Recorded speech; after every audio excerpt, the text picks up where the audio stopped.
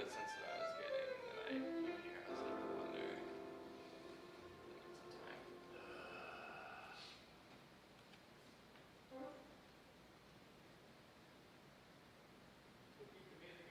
I like the music. Yeah.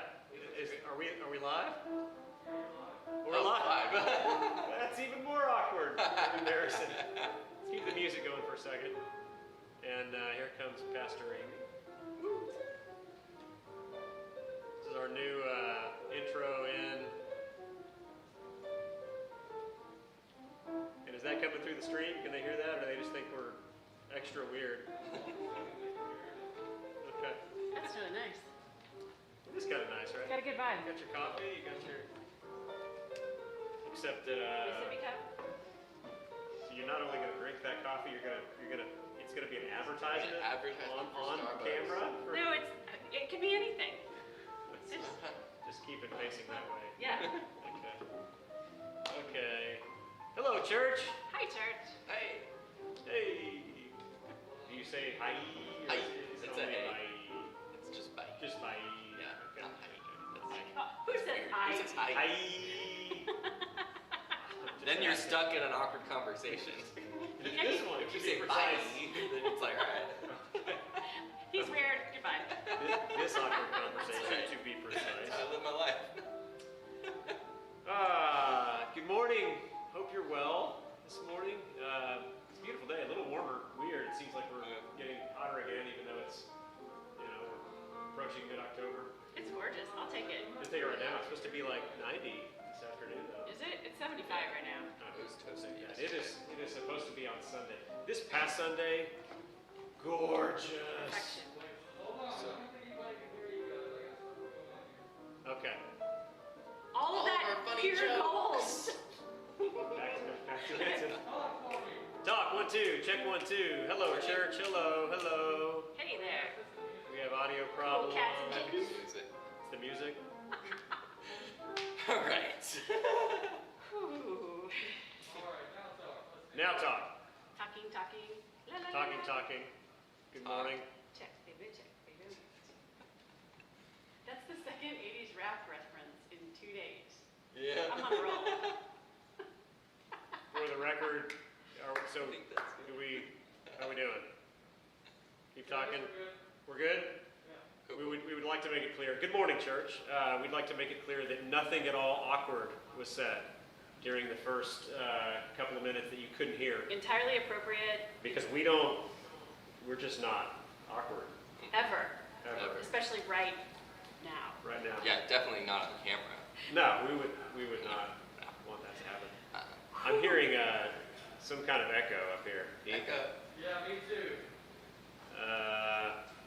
That's weird. I wonder if Okay, try it now. Check 1 2. Check 1 2. There it is. And we still have an echo. Is that better? Are we? That's better. Yeah, I don't hear it now. You think It's okay, whatever was you on. did. it might be, but I don't know. it could be that speaker over there, That's what happened last time. That Yeah. monitor? the monitor. Yeah. Let's see if that's on. Oh, it's okay. I solved it. No need to worry. Turn it off. Okay. Okay, yeah, I think it is Okay. Well, we were saying we hope you're well this morning. It's a beautiful day. It's supposed to be a little warmer. We're heading back up again. Sunday morning. Beautiful. It was So great. 66 or 67 at 10 o'clock. Maybe got up to about 70. Just a nice light little breeze. And good folks, good Yeah. spirit, good company. It was a good time. As if on cue, a butterfly landed on the communion. No, in the right? middle, It was like awesome. it's the communion prayer. Yeah, which is better than the previous week when the Wind wind blew. blew the bread off Yeah. the communion table, Right.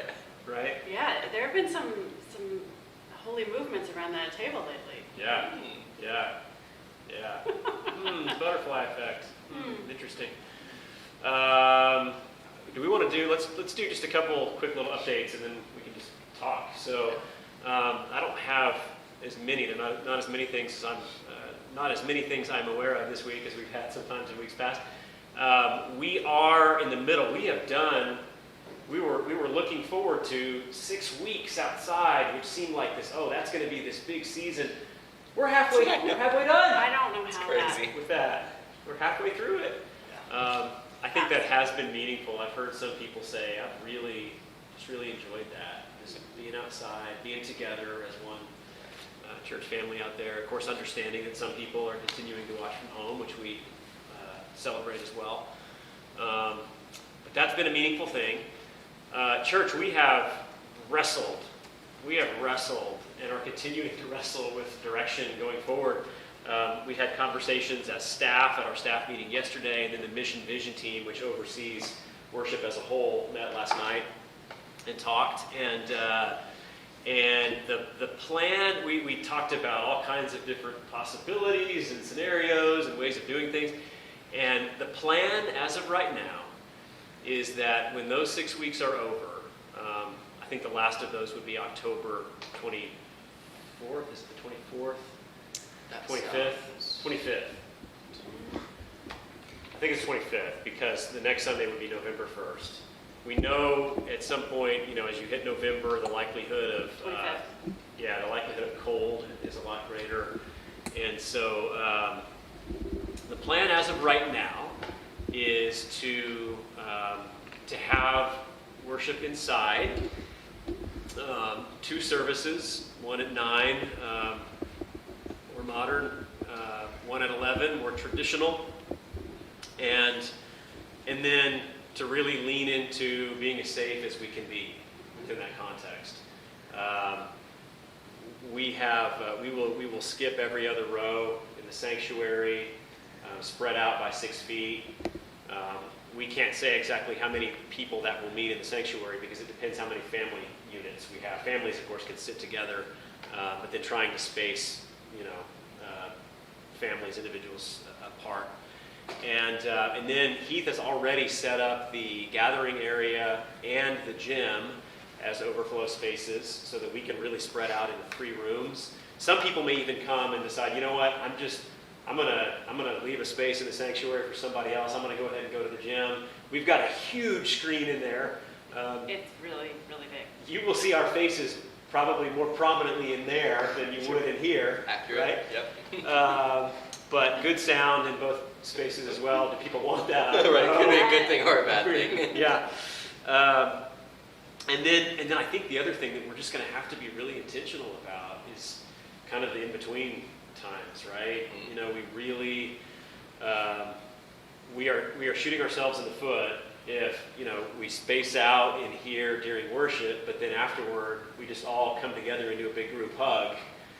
We're sort of defeating the purpose. Hugging. And that is hard. Coming from an extrovert who loves hugs, Yeah. So we're still working on the specific little details of the plan and everything. We actually had come up with a plan back in May or June for how we would reopen when that time comes. But we've learned a lot as church, as world, in the last 3 or 4 months as well. So we're kind of updating that. We will keep you posted. And of course, we will continue to offer worship via live stream as well.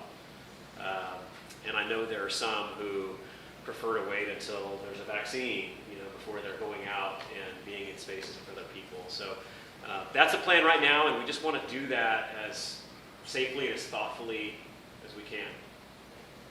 All right? Yeah. Absolutely. Yep. We are in the midst of our stewardship emphasis, the butterfly effect. We had the literal butterfly on the bread. It was so great. The idea here, of course, is that when we take small steps out in faith, that our God is a God who has the ability to multiply and to magnify and to work great things out of those small blessings. And so that's the challenge for all of us this year, I think. And more specifically, I've found myself drawn to Matthew 13, 31 and 32, and the word plant. That text talks about the mustard seed, which is this tiny little thing. We look at it, we see a little seed. God looks at it and sees forests, right? Yeah. And our call and responsibility there is plant. And again, this is a season when everything in the world is telling us, tighten up, operate from a place of fear, protect, seal off, tighten up. And I feel like the call of the church in the midst of all that is to say, you know what, we're gonna plant, because we know that even in the midst of drought, God can grow those forests. That's our challenge during the season. If you are a member of this church, if you aren't, but this is your church, right? This is the church that you call home. You are invited to be a part of making a 2021 commitment to planting with us. And if you'd like to do that, we're asking for commitments of your time and energy, and also of your financial resources. We are mailing today, actually, commitment cards to everybody on our membership list. But we also have one available on our website, fccgranbury.org/2021, 2021. And you can go on there and just put in your information and make your commitment, and that will go via web form directly to us in the office. And so we would encourage you to really prayerfully consider that over the next couple weeks, and how God has gifted you, how God might be calling you to step out and commit yourself to service and to giving in the name of Jesus. See what God can do with all that, right? I'm optimistic, hopeful. Yeah. All right, what else? Anything else we need people to know about? Details, stuff? Tonight is our last prophetic conversation. Yes. Yep. Yes. You will be interviewing Deshay. Yes, Pastor Deshay will be sharing a word with us, talking about their story, their journey, and encourage you to check that out, fccgranbury.live, and then, we'll have the chance to ask questions and engage with Deshay around that as well. That is tonight at 7, not at 6 tonight, because Deshay has music practice that leads up through about 6:30, Wednesdays 6:45. are a big day. A lot going on Wednesday. So 7 o'clock tonight, we will post that at fccgranbury.live.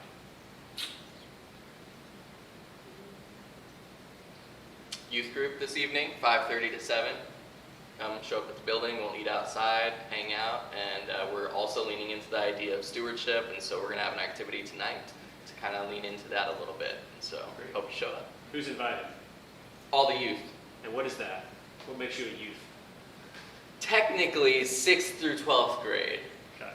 If you feel like you are a youth at heart and you want to join Oh, us. careful. I get a lot more folks there. Yeah, good stuff. All right. Questions? I'm going straight for it. Oh boy. Extreme theological intricacy and depth in this question. No pressure. No pressure. What are your top 3 favorite television shows of all time? Jeezels, peasels. This is not, let me clarify, I'm not saying what are the 3 objectively best from your TV shows of all time. What are your 3 favorite TV shows of all time and why? In order. You got to rank them 1, 2, 3. In order. This is impossible. 3, 2, 1. Countdown. Give us the countdown. 3, 2, 1. Do you have an hour? Do you want me to go first while you think about Yeah, it? because you've Since I had more had a chance to time. think about this? Yeah. Okay. I actually maintain an ongoing top 5. Okay.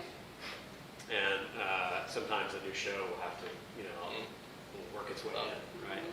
I think it's hard. I'm going to have to do 3 with an honorable mention.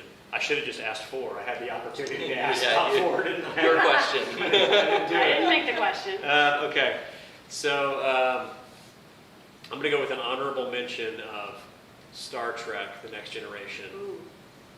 I loved the original too, but when I was a preteen and teenager, The Next Generation was right in its prime, and so I kind of grew up with that, and that was probably the most formative show for me as I grew up. Mm-hmm. So it's had a big role in my life.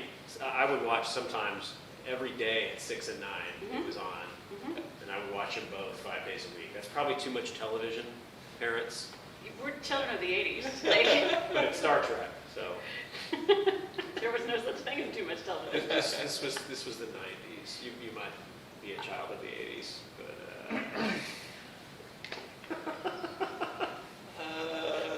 I was a child of the 80s. I'm what, I was a 4 teen of the 90s. years older than you? 3 years older than you. I'm 46. I'm 46. How old are you, Three Justin? and a half.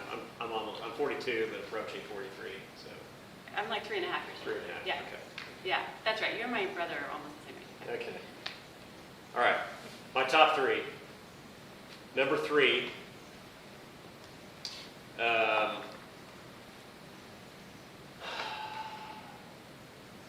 See, I really needed to give you the whole 5. I'm really bad at these things, aren't I? Your question. Thank you. Second honorable mention, Stranger Things, which I love. So It is so much good. fun. Yeah. And that show, because we are children of the 80s, strikes a chord Oh, now for you're- us especially. It could become one of my top 3, but it's not done, so I need to see how All it right. plays out. Okay. Okay. All right. Zoe's watching the first season for the 3rd time. She's obsessed with it. So good. My number 3 of all time was a show that I was like, I'm never going to watch that. Why does everybody like that? That is so silly. I wouldn't possibly like that. Became my 3rd favorite show of all time. Downton Abbey. It's good. It is very, very good. It's so good. You know those people, right? And it's the downstairs people that are really the ones Of course. that drive the show, right? Yeah. It's a good show. It's a very good show. Second, Breaking Bad. Mm. Very intense, very different from Downton Abbey, but just blew me away in terms. I mean, by the time you got to, I don't know, season 3, 4, 5 of that thing, it was like every episode was like that's a work of art. Mhm. It was hard and dark, but Mhm. very well done. Mhm. Yeah. Very well done. And I got to hang out with Bryan Cranston in his backyard, in his Did you? house. Yeah, that was my big I bet he's a nice guy. LA moment. He's a great guy. Yeah. He's extremely charismatic. I mean, he just has an energy about him. It's like, you can see how he became a star, you know. Number 1, for me, isn't one that's on most top 10 lists, although Rolling Stone did have it as number 24 in their top 100 of all time. Friday Night Lights. Uh, And good I Texas I answer. think part of the reason why that became my favorite show was because I was not living in Texas at the time when I saw it. And it was this, like, every episode was like going home. I mean, that show very easily could be about Granbury. Yep. Right? Oh yeah. We haven't really been a football factory the way Steve and Bill and Lino have, but we got a good team this year. 56-20, first game. Yeah, Dang. Yeah, big victory over Fort Worth Pascal. that's a big deal. Yeah. So those are my top 3. Now you've had time to think. Man. 2 of yours. Not enough time. Okay, I have 2 lists. I have growing up, what I would have said, and then what I would say now. Okay. So growing up, I would have said Gilligan's Island. I would have said, That was really 70s, right? but I mean, I watched it Yeah. every day because it was on like after Reruns. school. Yeah. And I loved it, and it didn't matter to me that every episode was completely impossible. Like, the whole Harlem Globetrotters team would show up for one episode, and then they would all get rescued, and nobody else? Like, come on. That's ridiculous. But I loved it. I was just willing to give myself over to it. I would have said probably The Love Boat, also a really ridiculous show that I watched all the time. This tells you a lot about my formative This years. is 1974, like we're going a little That's the year I was just- born. And I would have said The Cosby Show, and I won't put that on my list anymore because I'm so disappointed in Bill Cosby. It was a good show. I mean, America stopped on Thursday nights, and you just all gathered. Yeah. And it was a great show. He was such a formative figure in my life. He was on, what was it? Captain Kangaroo. That was the first time I ever saw Bill Cosby. He did picture pages and he drew. and I thought he was great. And I watched Fat Albert, his cartoon, and then The Cosby Show, and so many things. But I mean, I think that's an example of like human failure, and like what happens when we need someone to be something that they want to be, but they don't believe themselves to be, and how I think over time it deteriorates people from the inside out. I mean, he's literally like gone blind and he's in jail. It's almost Shakespearean. And you know, it doesn't mean that like there weren't great moments in that show that still shine brightly in my life, but and I wanted to be Lisa Bonet so badly. I thought she was the coolest person on earth, and she married Lenny Kravitz, who's one of my favorite all-time musicians in life, and we named our daughter Zoe after his song for his daughter Zoe. Yes. Oh, wow. Flowers for Zoe. Yeah. Okay, but I'm not going to say that anymore. Probably my number one show growing up, Little House on the Prairie. That one's for my friend Shannon Moore. He loves that show. Okay, now. When did that show? Did that show even start in the 60s? Like No. Late It was the 70s. 80s. 70s and 80s. Is the 80s. Early 80s. Yeah. Oh my It gosh. started in the early 80s? Really? Pretty sure, right? We're probably 80, 81. Back to checkers. Fact checker. I feel like it started, and I could totally be wrong. I thought it was already going by the mid to late 70s, but I could be wrong. I don't know. No My idea. gut tells me early 80s, but It could be be wrong. It could be. Okay, now, oh gosh. Yeah, Stranger Things is on my list, for sure. I love that show, because it's so nostalgic for me, and I can watch it and like identify with those kids. That I am the age that they, or I was the age that they are. They are, yeah. Each year. Yeah. Like, that's exactly where I was. Right. And they have done such a great job in my childhood and what it was like. Yeah. Things I've even forgotten about. Yeah, glamour shots and all the toys and the bikes and just the way people did their hair and their makeup. Like, they nail it. They totally nailed it. And what we celebrated, you know, about like jocks were always the heroes and nerds were always like the underdog. You're rooting for them, but they can never be quite as cool. But then, like, what's his name, Steve, the good guy, or the bad guy, he starts out as like And then- such and then becomes a stereotypical good jock. guy, Yeah, yeah. and he gets redeemed. Yeah. Deshay is here. The shade. Wow, that The quite an shade. None of you all are capable of singing parts. I don't know why it's not working. No. Sorry. No. Can I just say really quickly? Yeah. Actually, my favorite scene Uh-huh. ever Mhm. from any television show comes from Stranger Things. Can you guess? Mhm. Yes. The chase car scene. Yeah. Yeah, because you made us watch it with the. What you see in my eyes. Is that how it goes? Okay. Pass it out, Dreams. Have you seen this scene? Wow, it's so good. It's the Never Ending Story song. Which was a great movie for me. Oh, it's so good. Plus, it's Dustin singing it, right? Right. Dustin's It's totally, so great. totally the It's best. so great. Yeah. Oh, I love. Yeah. Yes. Yeah. Yeah. Favorite scene. Favorite episode, third to last episode of Breaking Bad. Okay. We're doing. What are your top 3 favorite television shows of all time? You get some time to think about it. 'Cause- Good time, 'cause- Yeah, he's still gotta go, and then you can go. Did you, So- did you do all your? You still have I 2 more. Two more. wait. Okay, for now. Okay, but I did. I forgot. Stranger Things. Stranger Things.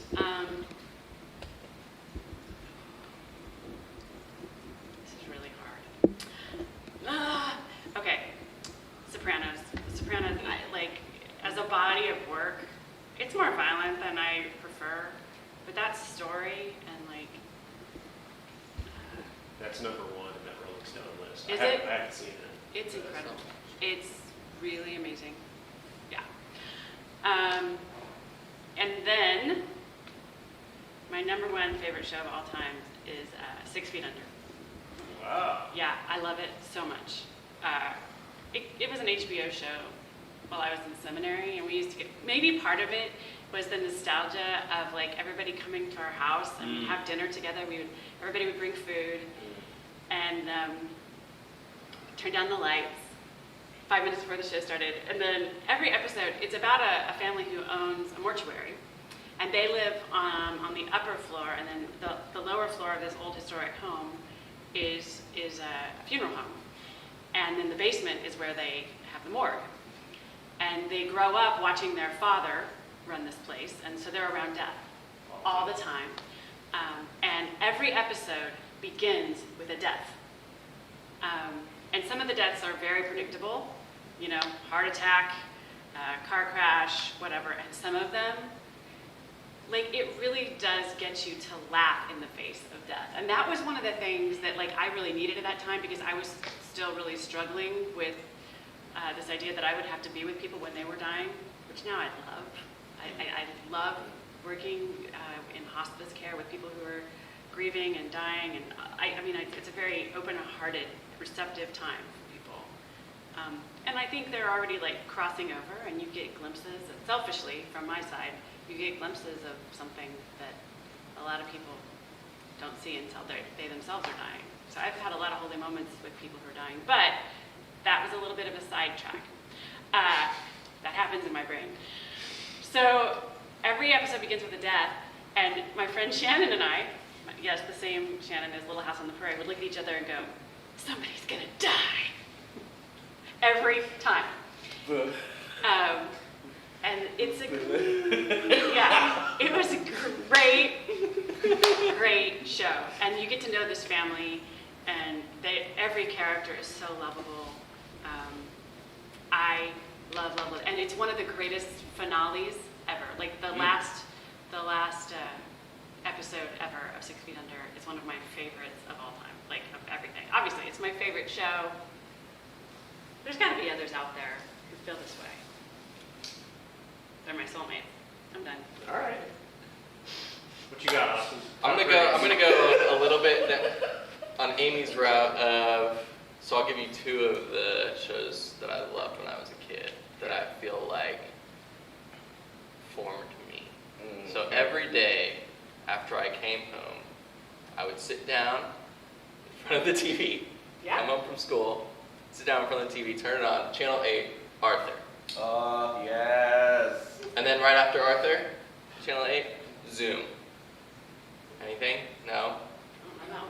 So Zoom was like less of a story TV show, more of like a bunch of, it seemed like college age kids maybe that were doing experiments, and it was like a science-y kind of TV show. They would like build things, and so like kind of a learning show, but I loved it. It was my favorite, and I watched it every day right after Arthur. All right. And then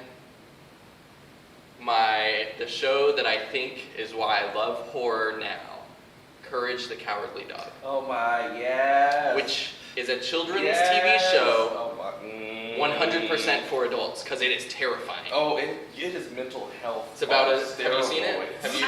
I remember Courage the Cowardly that Dog? title, but It's a dog that lives with an older couple in the middle of nowhere, and they have just a house on a plot of land surrounded by nothing. No problem. And weird things happen all the time. There's ghosts, there's monsters. It's really a terrifying show. And I don't know if I should have been watching it as a kid, but I did, and now I love horror, which leads me partially into one of my favorite shows right now, and maybe one of my favorites of all time in terms of horror TV, Haunting of Hill House, which is one of my favorites, and lots of looks into family systems. I also really love the ghost kind of feel of things. They're coming out with the second season next week, second season, and I'm super excited about it. So that's number 3. Number 2, I'm gonna have to go with Breaking Bad as well. Okay. I started watching that, I want to say in the beginning of like undergrad. I watched it with Jordan, and then I watched it again, and I watched it again. I've watched all of it a ton of times, and I just love it. And then number 1, which is not necessarily a church appropriate show, Game of Thrones. And Still though, even with the last season, even with the last season, Even with the last episode. so even with the last episode, yeah, Last episode. and it was tough. So Amy mentioned that maybe part of the thing that makes a show favorite to you is like the nostalgia. So I started watching Game of Thrones my freshman year of undergrad with a group of friends, and we made it kind of a ritual. We'd get together every week in a dorm room, and then the next year it was, okay, we're done with dorm rooms, so now we're gonna meet in Austin and Jordan's apartment and watch it. We're gonna go over to their apartment and watch it. We're gonna create meals together and just have fun times of watching Game of Thrones So the together. experience. The experience. okay. My argument for the last episode, the finale, I didn't like it. I thought it was rushed. I didn't see if they were going to end the season then, if they made that decision, I didn't see that they had another choice of how to end it. Okay. I'm So looking I'm up, I giving got it that. curious where that came, where it fell on the Rolling Stone list. Top 100. I enjoyed the show. And I hear you. I just wish that he had gotten the, don't you feel like if he'd gotten the books done before, that it would have been totally better? Yeah. Because when they ran out of his source material. It was like, we don't know, we gotta tie everything together really quick and Yeah. Yeah. It was still great. All right, Deshay, Oh my gosh. top 3 TV shows of all time for you. You know, I'm going to borrow Austin's explorative route so I can actually add extra shows in there. I think each of us has found some way to do that. I just We copied had Amy. honorable mentions. Yeah. Oh my. 2. So, like, I am without a doubt a child of the SpongeBob SquarePants franchise. And it is so much that, like, I can quote almost every episode from 1999 to 2012, because at that point I was going to go off to college.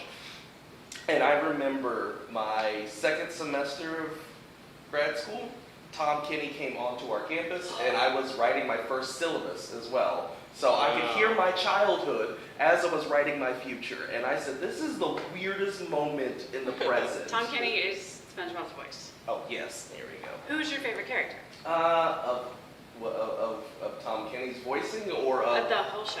the whole show? That's, you Yeah. know, I know. It's hard. truly is difficult, but I think I truly feel for Mrs. Puff as an educator who Alright. has not given up on this creature for over 20 Worst years. driver ever. Ever. She's been in the hospital. She has had failed relationships. Like, this woman, this pufferfish, and she lost her husband. Like the most. There's tragedy. Yeah. There's redemption. There's just like She's a complex character. she's I a did not very realize. complex character, but we don't go through the arc of Mrs. Buff. Well, Like, we are now. Pay her dues. It's I time. don't think I'd ever thought I'd be explaining the arc of her, but here we are. Anyway, so using SpongeBob as my background, if I can find a show that I can go back to over and over again, that is truly a show that I enjoy. It's one I can do homework with. It's one that I can just like watch and like, different thoughts. So Futurama. And in the same vein of Futurama, the same creator, Matt Groening, I've been a Simpsons fan Yep. since I was, Yeah. 10, 8 or 10. Like, my mom would buy me seasons for Easter. Mhm. Like, that was my Easter Mhm. gift, was a season of The Simpsons. Is that the longest running show?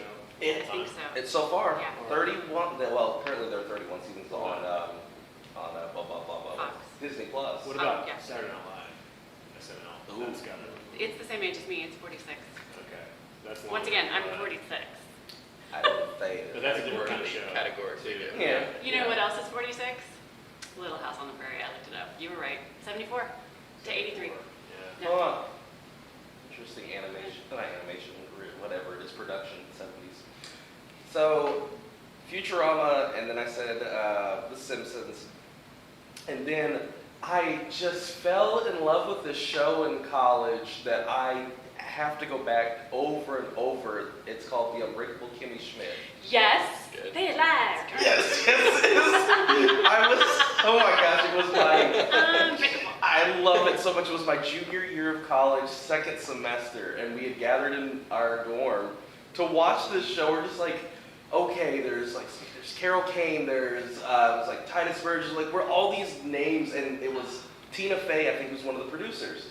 And so my roommate, who's studied theater and all this stuff, was just like, okay, let's watch it. Well, watching the first episode, it's like good, but it's like instantly I get labeled as Titus, and I'm like, I don't see it, and they keep watching. I'm like, this is getting work. I'm like, now look, I don't eat like multi-day old mayonnaise, but like, come on. There might be a few similarities. It's like, but the day that I call this an Edwardian escritoire, you know. You just did. Just did. That happened. It's official. It's like, it's just a fancy gay word for desk. Fair. That is from the episode, but hands down my favorite episode is when Kimmy goes to church, and specifically it's when Kimmy goes to black church. Yes. And it is just a whole episode of, it's kind of like the innocent look of a white person going into a black church for the first time ever, and going from having an hour service to being in there for like 2.5 to 3 hours. And it's like, and Kimmy, because Kimmy stays in a state of mind that's about a 10 to 12-year-old, like that is where her brain stays permanently. Everything's exciting.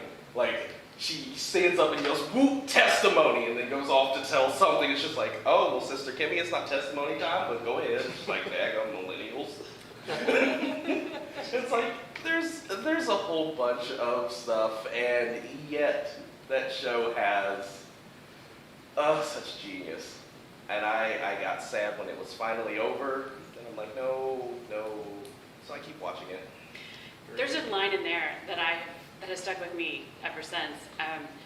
When she flashes back to the bunker, so like the premise is that she and 3 other women were kidnapped when she was like 12 or 13. Oh, she's young. Yeah. Yeah. Very young.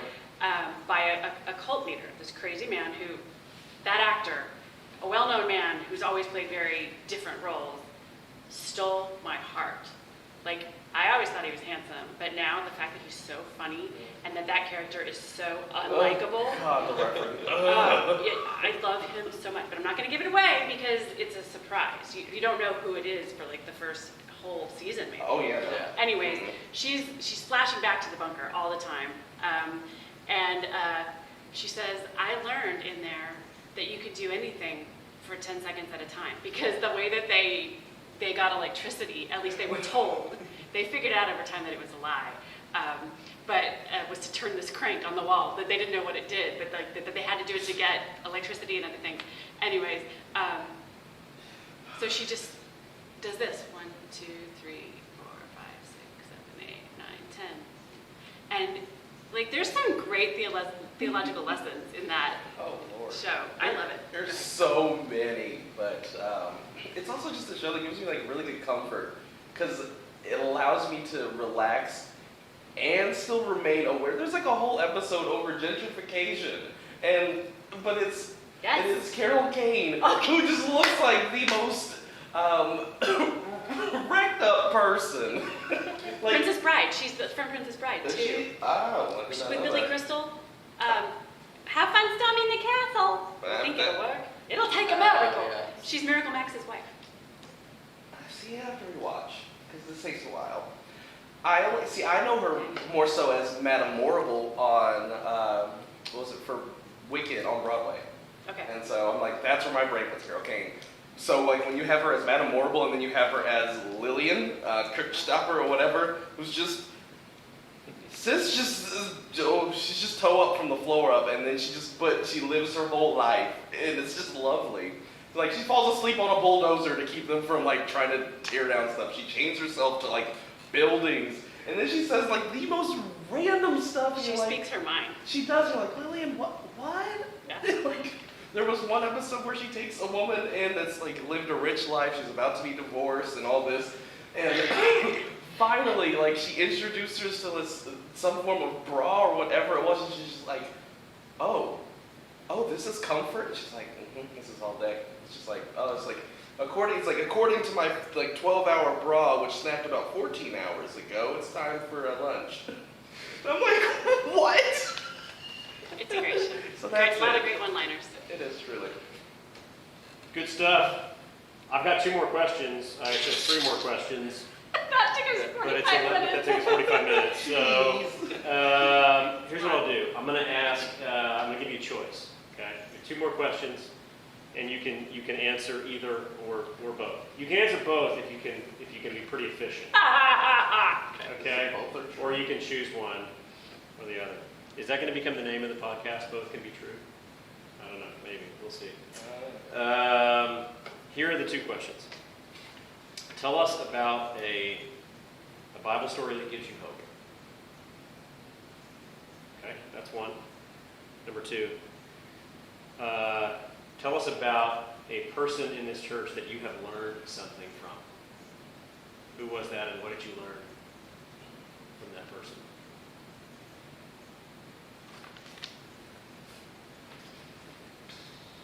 By the way, also for you, if you're watching at home, if anybody's still watching at home, feel free. We would love to know your answers to these questions as well. Your top 3 favorite TV shows. I have some already. You do have some? Okay. And also, so maybe Heath can tell us about that while you think about your answers to these 1 or 2. And if there is somebody in this church that you have learned, by the way, I meant to say caveat. It can't be one of us that you've learned something from. It's Don't worry. Got to be somebody. We've all learned a lot from Austin, but I know you were going to say me, clearly, but you can't. Okay. can't be Because that's one too of us. obvious. Dang it.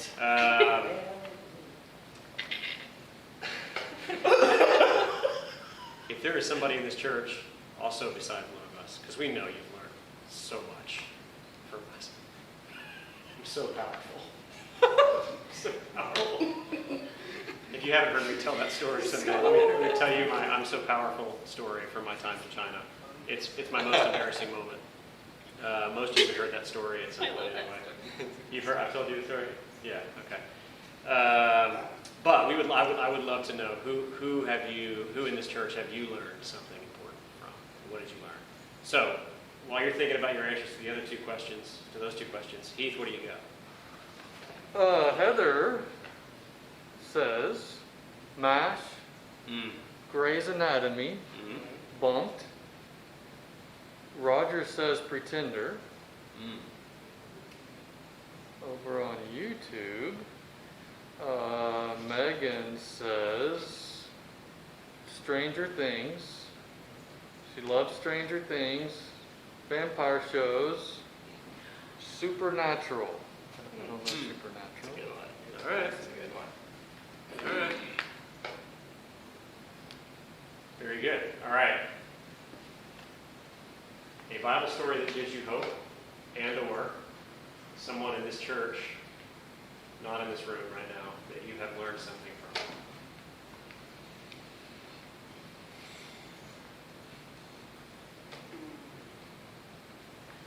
Okay, Bible study, I'll just make it short because I've talked way too much. I usually have 1 cup of coffee in my hand too. That's what this is. Bible story that gives me hope, John 6, Fountain of Bethesda, man who's paralyzed, been there for 30 some years, I don't know, a long time. And the myth is that every day the angels stir the water of the fountain, and the first person to touch the water is healed. But his excuse is, well, I'm paralytic, and every day when the waters are stirred, somebody gets there before me, so I can never be healed. And Jesus shows up and says, excuses aside, you don't even need to touch the water, just take up your mat and walk. And I love that story because I think Jesus sees beyond what everybody else has sort of accepted as this man's fate and his permanent location in life, and sees possibility, and just won't let that be the whole story. He will not hear it. Yeah. And so that gives me hope. And the only caveat to that, right, is that guy then turned around and sold Jesus out.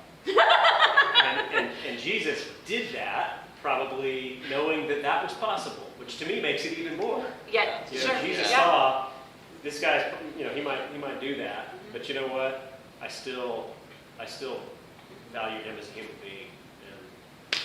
And maybe the story getting out is more important than what happens to Jesus in Jesus' mind. I don't know. I don't think I knew that portion, because what I'm thinking is in the Greek in there, the word used for healing isn't about a physical healing, but it's about a mental healing. And it's like the question of do you want to be made well becomes a whole different conversation. Like, oh, Yeah. Eve? Yeah, there are a lot of layers to that story. I mean, in most good biblical stories there are, but that's one of my favorites. Oh, jeez. That's a whole other layer. Yeah. Well, one of my favorite stories. So Jesus is sitting down with the disciples at the table, and like the disciples do, they're arguing about who's the greatest among them. And Jesus says, well, one of you is going to betray me. Before the rooster crows, you're going to betray me. And I think it was it Peter? Or was that betrays Jesus? I think it's Peter. Why are you looking at me like that? I think that's it. I'm going to say that. I'm going to say it's Peter. What? You're going to say what? It's Peter that betrays Jesus in the story. But after he betrays him, it all happens just like Jesus said it would. After Peter is like, I'm not going to betray you, I'm not going to do it. He does. Jesus is crucified. Jesus comes back to the disciples and isn't like, you betrayed me, forget you. Which would be like maybe the normal thing to do. Props. I have hope that we're disciples who a lot of time argue about who's the greatest, who focus on ourselves a lot, who betray Jesus a lot in a lot of different ways. And in the end, Jesus is still coming back to us and saying, you've got a job to do. And like, I'm with you in it. It was Peter, and Jesus then proceeded to build his church On this Right. rock. on this Exactly. on this Yeah. person who was Yeah. imperfect and who betrayed him. He also was actually did chop off an ear. Somebody. A little violent. Yeah? Didn't he? I just want to make sure. I'm like, Oh, yeah. Peter. Just making sure it was Peter, because I'm like, he's a little aggressive for 2 seconds. He's a teenager, honestly. Pete's sake. Fair. Lots of emotions, hormones. Chop Right? off Just parts, yeah. impulsive, not really thinking about the impact of his choice. But you really thought you could let that slide, right? Like, you thought Pete Zek really was just going to, like, get through He this kinda- conversation. Oh, no, he did. I heard it too. I'm like, we ain't going to pretend like that didn't happen. Thank you. I refuse.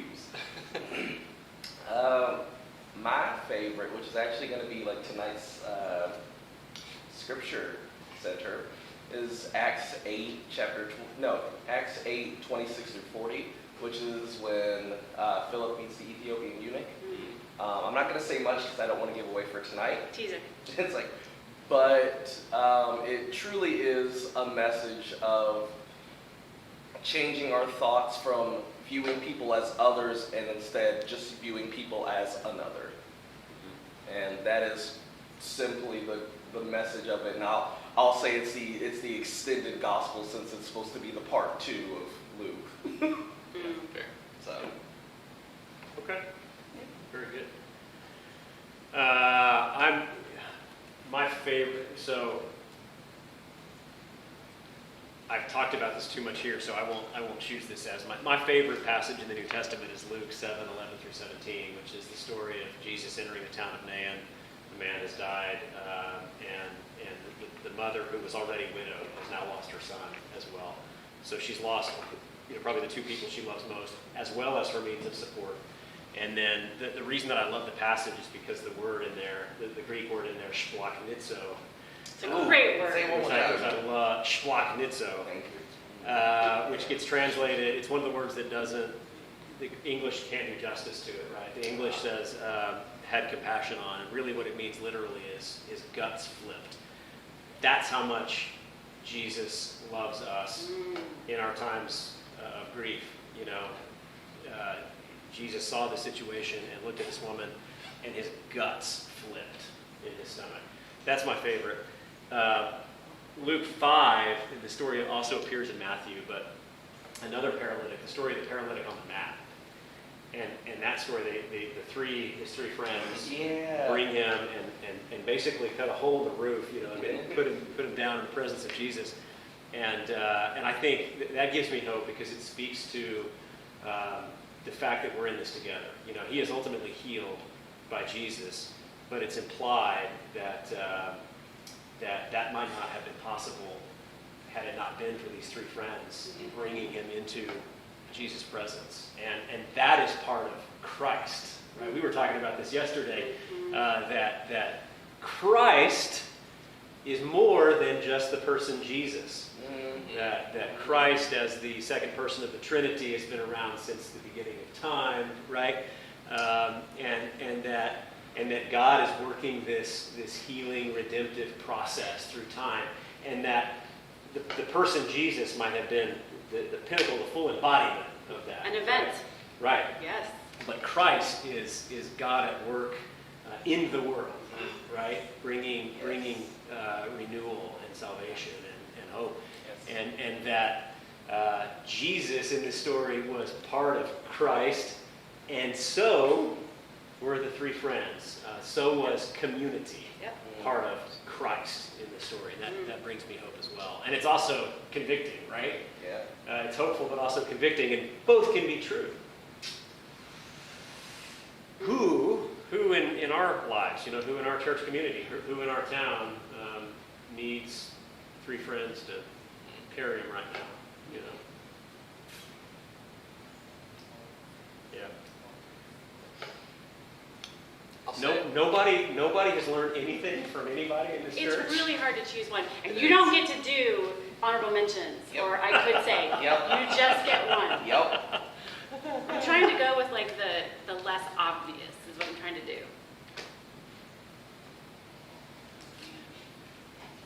I'm going to go with little Oliver. He's 4 years old, and he's got the curliest brown little hair and the biggest, beautiful brown eyes. He's 3. Is he 3? Oh. I thought he was almost 4. Okay.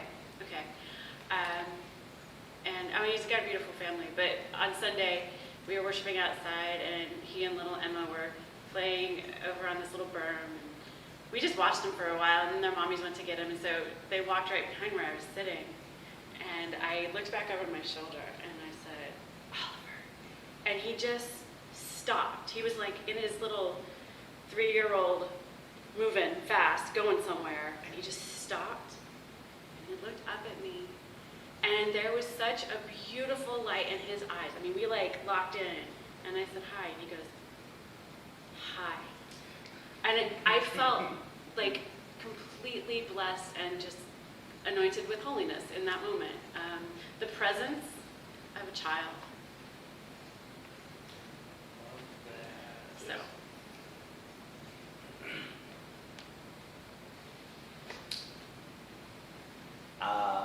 Since we can't name anybody up here, like I was gonna name anybody up here, but Carly Bold. Oh my gosh! Sometimes Carly just really just says words, and I'm like, why are we not in class together? Come audit a class with us. Justin did say he was the smartest person on staff, and he wasn't wrong. No! Carly is just brilliant some days. I'm just like, She's really smart. I was like, I've been in this game for 2 years now, and you just said something that I didn't learn until maybe last year. What are you doing? So, I enjoy Carly's moments of wisdom and inquisitive nature. And she can teach calculus, and Yeah? algebra, and IT, and she can build stuff, and she can organize, And raise baby goats. and baby goats and 2 beautiful children. Oh my goodness.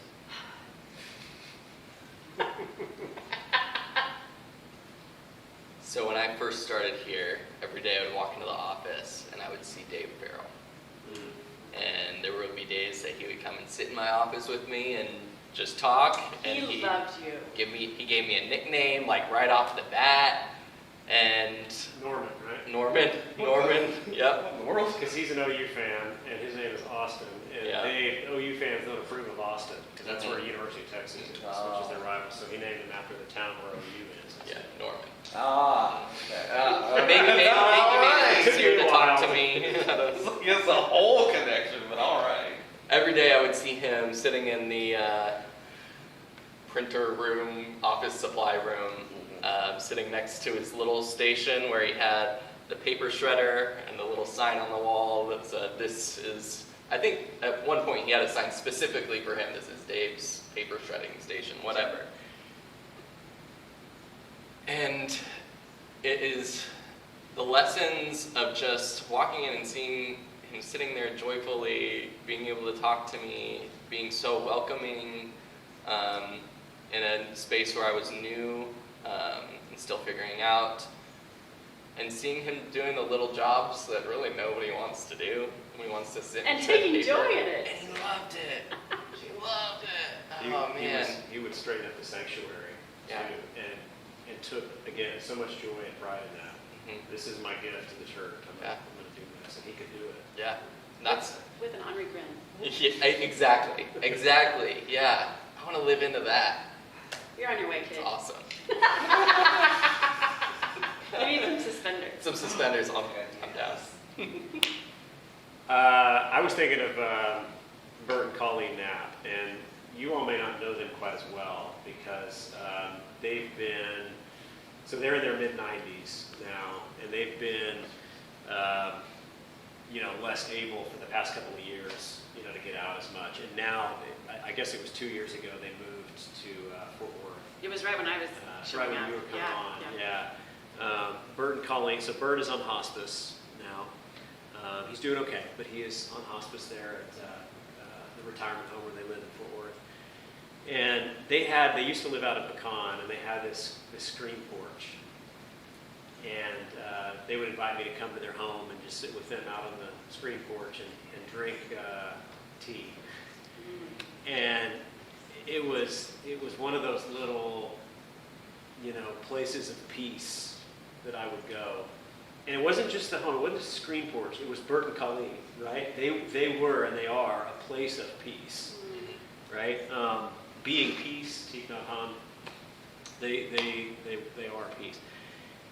Anyway, I remember talking with them one time, and they were in their early 90s at the time.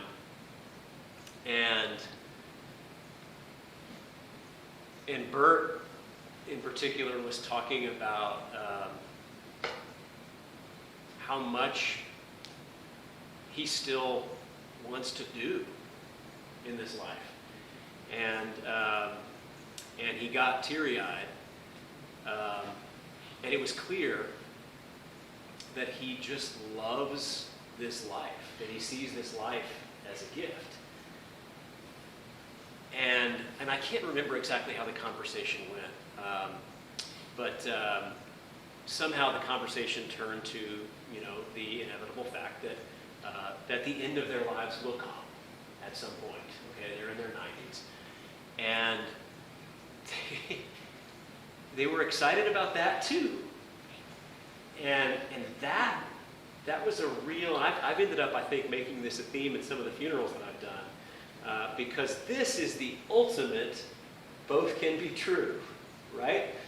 I think too often we fall into this trap of thinking like, either I want to live as long as I can because I'm afraid of what's on the other side, or things in this life are too hard, and you know what, I look forward to when I can just rest and be at peace with Christ, And I think the hope that God has for people is that both of those things will be true, that we will love and enjoy and make the most of the gift that God has given us in this life, and that we will look forward to that spiritual union that will come in the great beyond as well, and relish, the being home that will bring, whatever that looks like, right? Both of those can be true, and Bert and Colleen really embodied that for me and how they spoke about both of those things. We're only a couple minutes behind. We did well on those last two, right? Good stuff, right? Good job, team. Heath, would anybody have any questions? Anything they want to say? Complaints? Corrections? All complaints. All complaints. Megan says, Carol Farrell, Yeah. a little bit of kindness goes a long way, and sometimes we don't know how kind yet strong we can be. Is there a butterfly effect thing there? A little bit of Yes. kindness can be magnified. You know what, Carol? So there is something that I'm bad at that Carol is really good at. And I wonder, maybe we should ask her, I wonder how much of this is inherent in Carol and how much of it is practiced. Carol remembers names like no one I have ever known. And we want to talk about the gift of visiting a church, being asked your name, being seen as a beautiful child of God, and then coming back 3 or 4 months later and having someone say, oh, hi, You? and calling you by name. Yeah. And how many people in this church can say that she did that for them? And that's part of why they're here, Yes. right with us.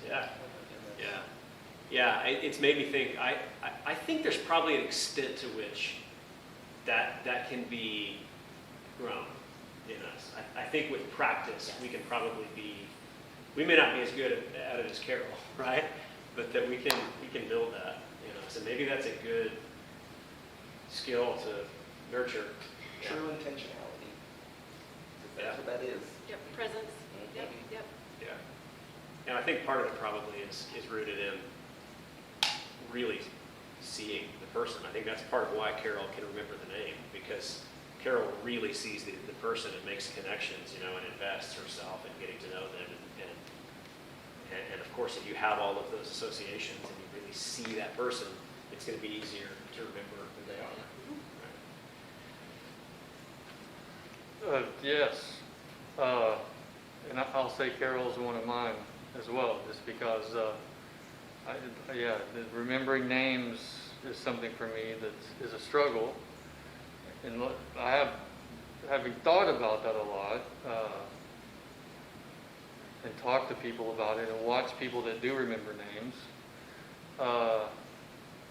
I know very few people that it does come naturally to. The people that remember everyone's name make a real effort to do that, which maybe doesn't speak so well for me. That I don't. Roger. You're doing better than Peter did, right? I mean, he betrayed Jesus. Yeah. Did he? I know. Sometimes when you say it out loud, it's like, wait, is that right? The right one? I was like, I'm sorry, I don't know who this man is. It's like if you walk in the street or something, it's like, I'm sorry to this man. Or the Lord's Prayer, you say it so much. I don't know what you're talking about. That never happened. Never happened. It's happened to me too. I hate to say this.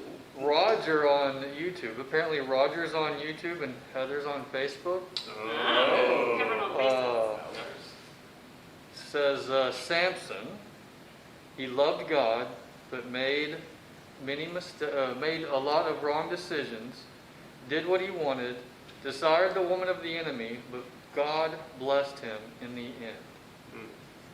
All right. Let me double check on Facebook, see if any have come up here. Nope, that's all. How hard would it be for you to play Dustin from Stranger Things singing Never-Ending Story? Dustin. Yeah, if you Google Dustin, Never-Ending just Stranger Things Never-Ending Story, or Dustin Never-Ending Story, it should come up. I'm sure it will. And then And we'll all be the singing audio, it the rest even of if the it's day. just the audio, I don't think we can, oh, wait a minute, can we legally do that? Oh, probably not. Only like Not the 10 video, seconds. can we do the audio? Yes, we're gonna call it, educational purposes. And it worship. It is worship.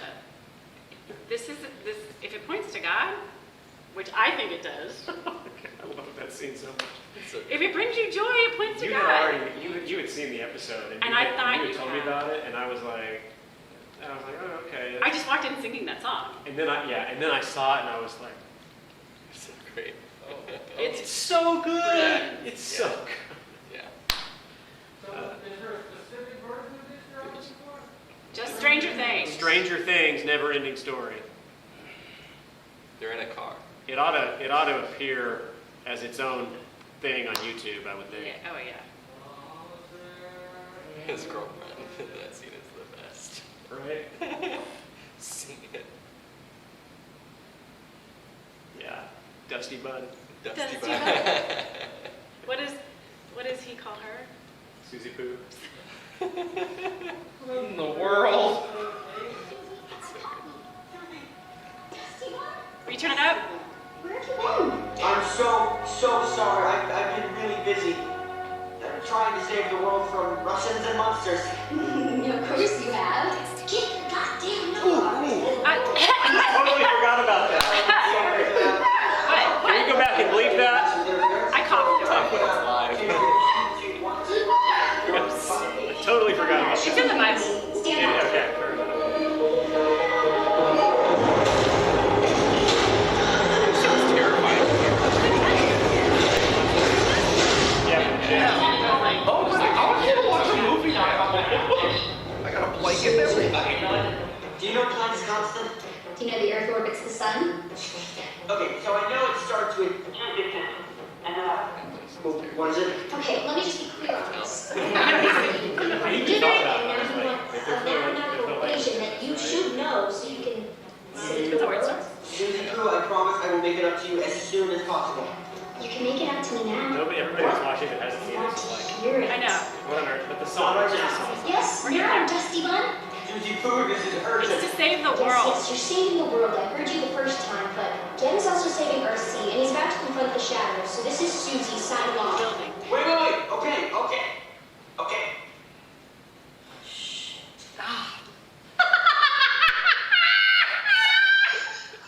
Turn around.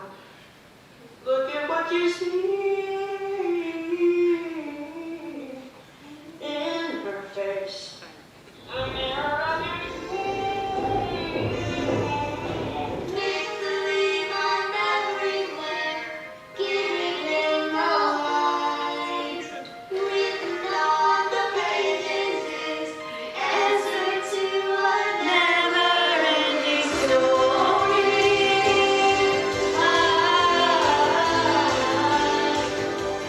Reach the stars, not a fantasy.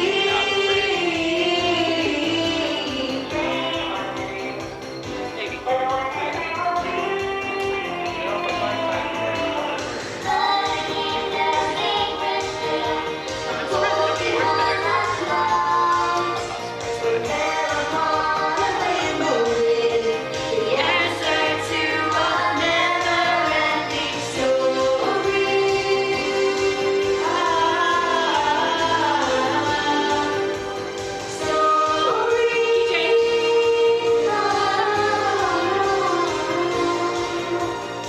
All right.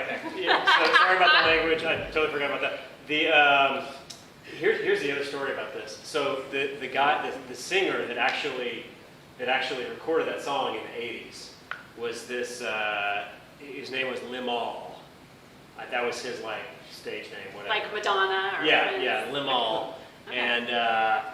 And What so the song was of course in the movie The Neverending Story, which I think was 1983. And my favorite story about this was that after that episode of Stranger Things, people who, I mean, obviously generations of people who never had heard that song before, never seen the movie in the 80s, were like, whoa, I like that. That song is great. That's cool.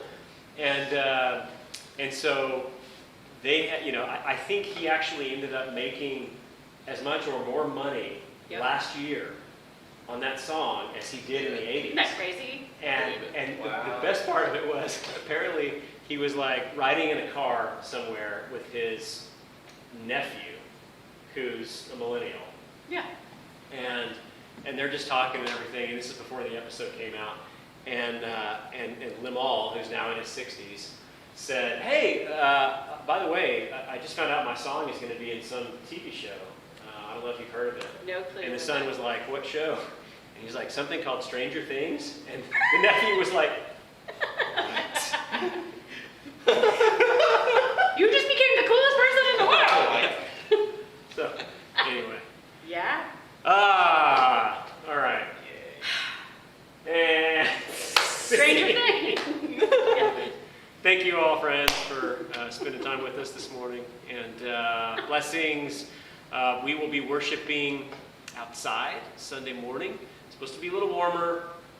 You might bring your umbrella if you want to, parasol, canopy, water. And of course, you can also click in fccgranbury.live, worship with us online this Sunday morning. Who's preaching this Sunday? Nose goes. Huh. Nose goes. Nose goes. Well, I guess it's me. Oh. Oh, y'all are some slow camp kids. Yeah, we're looking for. What are you preaching on? We're going to be talking about mission and service through the lens of faithfulness. All right, awesome. Bring it. Text, we're going to be in James. James has a lot to say about Intersection of faith and works, right? faith and works. Very good. Looking forward to that. Me too. Yeah. It'll be good. Whose turn is it? Right. You pray a lot, Wes. You pray all the time. It's part of it. It's just who you are. You should be. Thank you. I'm glad you really care about me. I prayed at men's group this morning, so not it. Let's go. What the? This is. Oh, you're Austin's real bad at that game. Let's pray. Creator and sustainer God, thank you for these people. Thank you for this church. Thank you for the life that you've given us to live into. Help us to live joyfully. Help us to show people your heart in this world. God, we love you. We know that you love us. It's in your son's name we pray. Amen. Amen. No more clips in the future unless we've reviewed them first. Very spontaneous clips. You know, Yeah, it's all part of life. it's all good. Yep. All right. Thanks Blessings, for picking up my friends. school wallet. Yeah, I can do.